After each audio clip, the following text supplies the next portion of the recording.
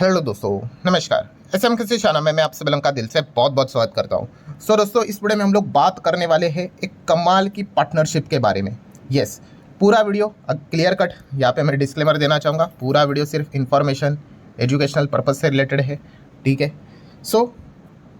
Partnership की अगर मैं बात कर लूँ तो जैसे कि आपको पता है, जब कोई बहुत बड़ी कंपनी किसी के साथ अगर डील करती है तो फिर खास करके जो छोटी कंपनी होती है वो थोड़ा सा मतलब हाईलाइट फॉर्म में आ जाती है, क्योंकि बड़ी कंपनी को क्या है भाई, उसका नाम ही पहले से ही बड़ा है। जैसे कि अगर मैं कल के दिन की बात कर लूँ, मेटा मेटा मतलब फेसबुक। तो फेसबुक ने यहाँ पे डील की थी, पार्टनरशिप की थी, किसके साथ? रिलायंस के साथ। इसके ऊपर तो मैं कल भी वीडियो अपडेट आप लोगों को दे चुका हूँ, ठीक है। रिलायंस के साथ पार्टनरशिप की। इंडिया में AI एनेबल डेटा सेंटर वो सेटअप करेंगे, जो कि लगभग 168 मेगावाट का होगा। कहाँ पे?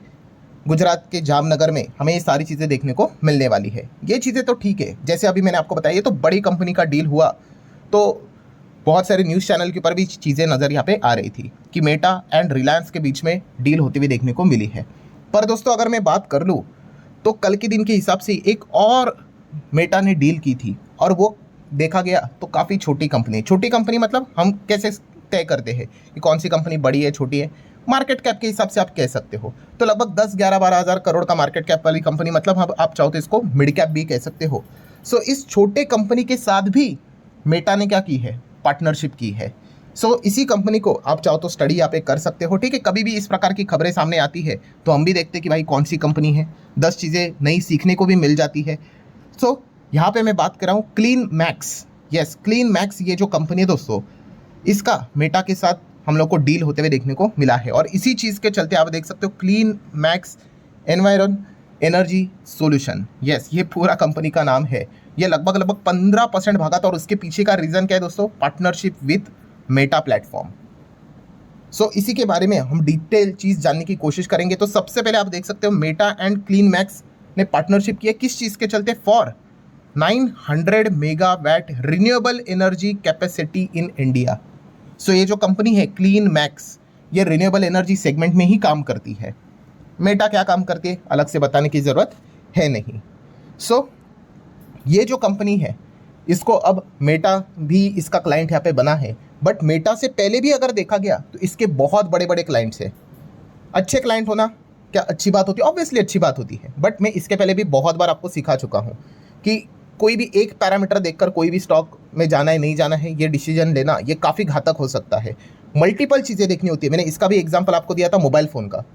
अगर आप मोबाइल फ़ोन देखते हो तो भाई 10 चीज़ें चेक करते हो। भाई उसका कैमरा अच्छा होना चाहिए, ठीक है, दिखने में अच्छा होना चाहिए, कलर भी अच्छा होना चाहिए, बैटरी लाइफ अच्छी होनी चाहिए, स्टोरेज ये होना चाहिए, फलाना ढिमकाना, कितनी सारी चीज़ें। तो वैसे ही किसी भी कंपनी को अगर आप स्टडी करते हो तो बहुत सारी चीज़ों को आपने ऐसे ही चेक करना होता है। बैलेंस शीट देखना है, P&L देखना है, शेयर होल्डिंग पैटर्न देखना है, प्लीजिंग है कि नहीं देखना है, कंपनी काम क्या करती है वो देखना है, बिजनेस को देखना है, सबसे इंपॉर्टेंट चीज़, ठीक है। एंड उसमें ये क्लाइंट्स बिल्ड सभी रहता है। ऐसा नहीं हो सकता बस क्लाइंट देख लिया और डिसीजन ले लिया, ये तो मतलब काफ़ी डेंजरस पॉइंट हो सकता है। एनीवेज, क्लाइंट की अगर बात कर ले तो आप देख सकते हो कंपनी के क्लाइंट है गूगल के साथ इनकी पार्टनरशिप है, एप्पल के साथ पार्टनरशिप है, अमेजॉन, सिस्को की अगर हम लोग बात कर ले, देन इक्विनिक्स की अगर बात कर ले, देन उसी के साथ साथ टोयोटा की अगर बात कर ले, देन ओसाका गैस की अगर बात कर ले, गुजरात अल्काइलीज एंड केमिकल लिमिटेड की अगर बात कर ले, हिंदुस्तान कोका कोला बेवरेजेस। ये कौन सी कंपनी आप सभी लोगों को पता ही है, ठीक है। मुझे कमेंट सेक्शन में बता देना ये कंपनी कौन सी है, मतलब एग्जैक्टली ये क्या काम करते हैं। रिसेंटली मैंने वीडियो बनाया था, ये कंपनी का IPO शायद से यहाँ पे आ सकता है। देन उसी के साथ साथ संगम इंडिया। ये इतने सारे बड़े बड़े नाम हमें देखने को मिल रहे हैं। ये ऑलरेडी इस कंपनी के क्लाइंट है, और इसमें अब एक और नया क्लाइंट जुड़ गया है, वो है मेटा। तो अच्छी बात है भाई, बड़े क्लाइंट्स अगर आते हैं तो फ़ायदा तो यहाँ पे होता ही होता है। देन अगर आप चेक करोगे तो जो इनके कंपनी के जो क्लाइंट है, लगभग 70% के आसपास इनके क्लाइंट्स रिपीटेड है, नो डाउट। फिजिकल 25 का डेटा उन्होंने सामने रखा हुआ है, 26 का आएगा तो हम वापस एक बार चेक कर लेंगे। सर ये डेटा मिलता कहाँ पे? सीक्रेट? अरे कोई सीक्रेट डेटा नहीं है, सब कंपनी का एनुअल रिपोर्ट, कंपनी के वेबसाइट के ऊपर ये सारी चीज़ें अवेलेबल रहती है। कंपनी ने ये भी बताया है कि उनको क्या क्या अवार्ड्स मिले, वो ठीक है, वो तो नॉर्मल चीज़ रहती है। पार्टनरशिप, स्ट्रैटेजिक कोलैबोरेशन भी है इनके, जैसे कि ओसाका गैस की बात करें, टोयोटा, एप्पल की बात करें, इनके साथ स्ट्रैटेजिक इनका कोलैबोरेशन यहाँ पे चलता है। अब आ जाते सबसे मेरा फेवरेट पार्ट, बिजनेस। मैंने बहुत बार आपको समझाया कि जिसको बिजनेस जानने का इच्छा हुआ, किसी भी स्टॉक का अगर मैं नाम अगर आपके सामने लेता हूँ तो पहला हमारा कदम तो भाई यही होना चाहिए कि भाई ये कंपनी कमाती कैसे है, यही तो चीज़ है ना भाई, कि धंधा क्या है कंपनी का। सो कंपनी के बिजनेस की अगर बात कर ले तो आप यहाँ पे देख सकते हो, वन लाइन में अगर हम चीज़ों को कहें तो आप देख सकते हैं company is India's largest commercial and industrial, जिसको C&I कहा जाता है, commercial and industrial renewable energy provider with over 15 साल का हिस्ट्री।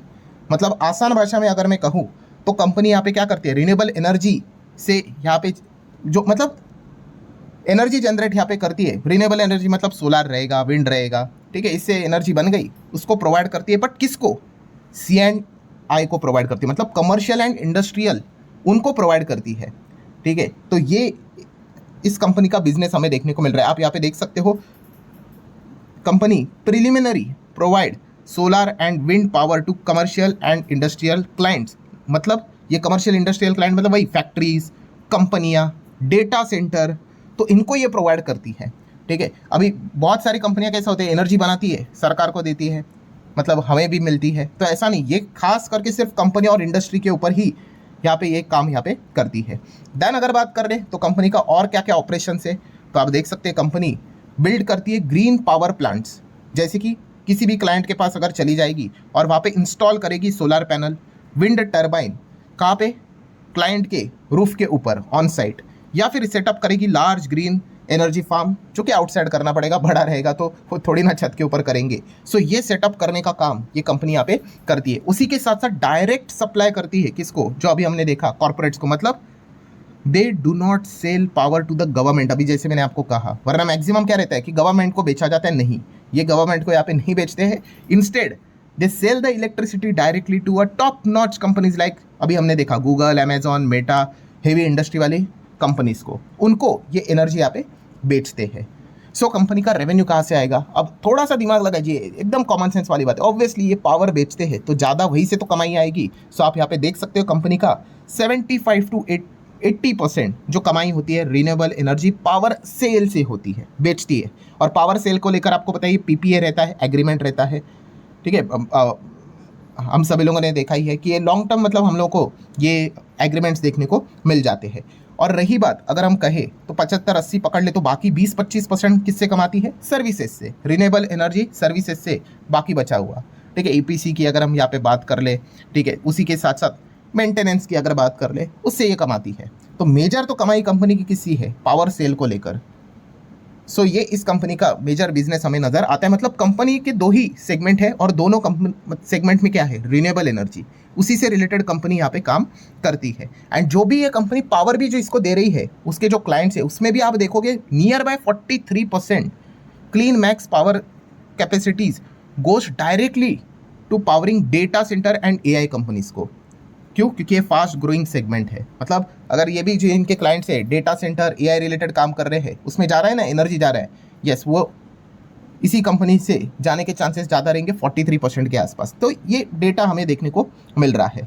सो आई होप अब आपको समझ में आएगा कि ये कंपनी बेसिकली काम क्या करती है। तो चलिए बाकी की चीज़ें देखते हैं। कंपनी की बैलेंस शीट क्या है, छोटी कंपनी तो बैलेंस शीट तो एकदम धूम धड़ाकेदार तो एक्सपेक्ट नहीं करेंगे, पावर बीवर है, कर्जा विर्जा रहने के चांसेस रहते हैं। 4,500 करोड़ से ज़्यादा की रिजर्व से, चलिए अच्छी बात है, मतलब प्रॉफिट कमा रही होगी। लॉन्ग टर्म बोरिंग की बात करें तो 11,000 करोड़ का कर्जा है, पहले 5 था, 7 था, अब 11 हुआ है। कर्जा है ज़्यादा तो कहीं गिरवी बिरवी तो नहीं रखा है अपना स्टेक प्रमोटर ने, वो भी चेक कर लेंगे। शॉर्ट टर्म बोरिंग भी 1,000 करोड़ के आसपास है। Then cash and cash equivalent की बात करें तो 2,200 करोड़ का कैश भी नजर आ रहा है। सो एक मिड साइज की कंपनी, मिड कैप का जैसा बैलेंस शीट होता है वैसे ही है। P&L की अगर बात कर ले तो कंपनी का प्रॉफिट सेल्स 930 था, 1,300, 1,400, अब 1,900। सालाना की मैं बात कर रहा हूँ 200, एक FY फाइनेंशियल ईयर की बात यहाँ पे मैंने की है। देन लगभग पिछले 2 साल से कंपनी नेट लॉस में चल रही थी एंड अब जाके कंपनी पिछले साल प्रॉफिट में है और इस साल में भी 19 का प्रॉफिट 86 करोड़ हुआ है। तो इस पॉइंट को भी आप नोट करके चल सकते हो। देन आखिरी पॉइंट, शेयर होल्डिंग पैटर्न। सो अभी कंपनी बाजार में यहाँ पे आई थी तो शेयर होल्डिंग पैटर्न भी आप देख सकते हैं। प्रमोटर के पास है 49%, देन FIS इसमें 29, मतलब ऑलमोस्ट 30 है। DIS 14.75 एंड पब्लिक की बात कर ले रफली 6%, ठीक है। मतलब ये PDF टाइप की कंपनी नजर आती है, जहाँ पे PDF मतलब प्रमोटर, DIS, FIS, इनका ज़्यादा हम लोग को कंट्रोल नजर यहाँ पे आ रहा है। पब्लिक नॉट इवन 6%, आप इजीली यहाँ पे देख सकते हो। इसीलिए पब्लिक इतना कम है, तो इस प्रकार की कंपनी से रिलेटेड कोई क्वेरीज यूजुअली कमेंट सेक्शन में भी नहीं आती है। अच्छा, प्रमोटर का स्टेक 49 मतलब 50% है, कितना गिरवी है? तो पहले फेब मंथ में कोई गिरवी नहीं था, बट अभी मार्च की बात कर ले तो 20% गिरवी हुआ है। सो प्लेजिंग रहना मतलब क्या कंपनी खराब रहती है? ऐसा नहीं, बट प्लेजिंग है मतलब यस रिस्की है। जितना प्लेजिंग ज़्यादा बढ़ेगा उतना रिस्क बढ़ेगा। मतलब क्या कि कल अगर कुछ डिफॉल्ट हुआ, सामने वाले के पास भाई राइट्स रहता है, वो स्टेक बेच सकते हैं। ठीक है, बहुत ज़्यादा शेयर गिरा तो भाई वो और डिमांड कर सकते हैं भाई, ठीक है, क्योंकि वैल्यू गिर जाती है। तो ये कुछ पॉइंट्स यहाँ पे हमें नज़र आ जाते हैं। एंड अगर उसी के साथ साथ सबसे बड़ा रिस्क की अगर बात कर लूँ, बिजनेस लेवल रिस्क की बात कर लूँ, ठीक है, एडवांटेजेस वाले अच्छे पॉइंट्स देख लिए भाई। क्लाइंट अच्छा है, रिन्यूएबल एनर्जी सेगमेंट में है, फ्यूचर ओरिएंटेड ग्रोथ में है, सेगमेंट में काम कर रहा है। बट रिस्क क्या है? रिस्क है भाई जिस स्पेस में काम कर रही है, कहाँ पे भाई? एनर्जी में काम कर रही है। एनर्जी पावर की अगर बात कर ले, वहाँ पे काम कर रही है भाई। सरकार कभी भी कोई भी फैसला लेकर यहाँ पे कभी भी आ सकती है, ठीक है। अब रिन्यूएबल एनर्जी में सरकार ने क्या किया है, अभी तक कोई उतने कड़े नियम कानून कायदे नहीं बनाए हैं। जो नॉर्मल पावर वाला जो बिजनेस रहता है वहाँ पे तो आपको पता ही है काफ़ी ज़्यादा स्ट्रिक्ट नियम कानून कायदे हैं। बट जहाँ पे रिन्यूएबल एनर्जी की बात आती है, ये ग्रोइंग सेगमेंट है, तो सरकार ने छूट दे के रखी हुई है कि भाई हाँ, पहले इस सेगमेंट को बड़ा होने दो, फिर उसके बाद उसको कंट्रोल शायद से वो करेंगे नहीं करेंगे, वो बात की बात है। तो ये एक रिस्की मतलब बोलते हैं ना, एक लटकती हुई तलवार है भाई, पता नहीं। अब जैसे कि एक जस्ट एक एग्जांपल देता हूँ, IEX की बात कर लो, इंडिया एनर्जी एक्सचेंज, तो ये भी कंपनी अपना मस्त काम कर रही थी, प्राइस डिस्कवरी भी होता था, बिडिंग होता था इन्हीं के प्लेटफॉर्म के ऊपर। एक दिन फैसला आया भाई कि सरकार मार्केट कपलिंग को बढ़ावा देना चाहती है, एक सुपर एक्सचेंज बनाएगी। एंड प्राइस डिस्कवरी भाई अब किसी एक पर्टिकुलर एक्सचेंज पे नहीं होगा, सारे जितने भी एक्सचेंज है उनमें सिर्फ क्या रहेगा, बिडिंग किया जाएगा। प्राइस डिस्कवरी तो भाई सुपर एक्सचेंज करेगा जिसके ऊपर सरकार का कंट्रोल रहेगा। और उसके बाद IEX की हालत आप देख ही सकते हो। मतलब कंपनी अपने राह के ऊपर सही जा रही थी, बट एक डिसीजन आया सरकार की ओर से और फिर हालत ख़राब हो गई। तो ये एक रिस्की वाला पार्ट तो यहाँ पे रहता है। तो ये चीज़ को भी आपने ज़रूर कंसिडर करना चाहिए कभी भी कंपनी को स्टडी करते वक्त। सो ठीक है दोस्तों, आशा करता हूँ वीडियो हेल्पफुल लगा होगा। जाते वक्त अगेन कहना चाहूँगा कि ये डील हुई है, इस चीज़ के चलते हम इस कंपनी को स्टडी करने की कोशिश किए। अगेन पूरा वीडियो इन्फॉर्मेशन एजुकेशनल पर्पज से रिलेटेड ही था। ऐसे बहुत सारे वीडियोज़ में बनाते रहता हूँ, बिजनेस रिलेटेड चीज़ों को हम स्टडी करने की कोशिश करते हैं। और मज़ेदार बात क्या रहती है, यस, कंपनी का बिजनेस जानने का मौका मिलता है। अब आप शायद से आपने पहली बार इस कंपनी के बारे में अगर शायद से अगर पढ़ा होगा, सुना होगा, तो आपको भी पता चला कि अच्छा, ये एक रिन्यूएबल एनर्जी वाली एक ऐसी कंपनी है हमारे देश में जो इंडस्ट्री, कमर्शियल, प्राइवेट सेगमेंट में काम करने वाली कंपनी है, उनको क्या करती है, एनर्जी देती है। कैसे? रिन्यूएबल एनर्जी के थ्रू। सो नई नई कुछ चीज़ें सीखने को मिल जाती है। सो ठीक है दोस्तों, आशा करता हूँ वीडियो हेल्पफुल लगा होगा। चाहो तो लाइक एंड शेयर कर सकते हो। मिलते हैं अगले वीडियो में, तब तक के लिए बाय बाय।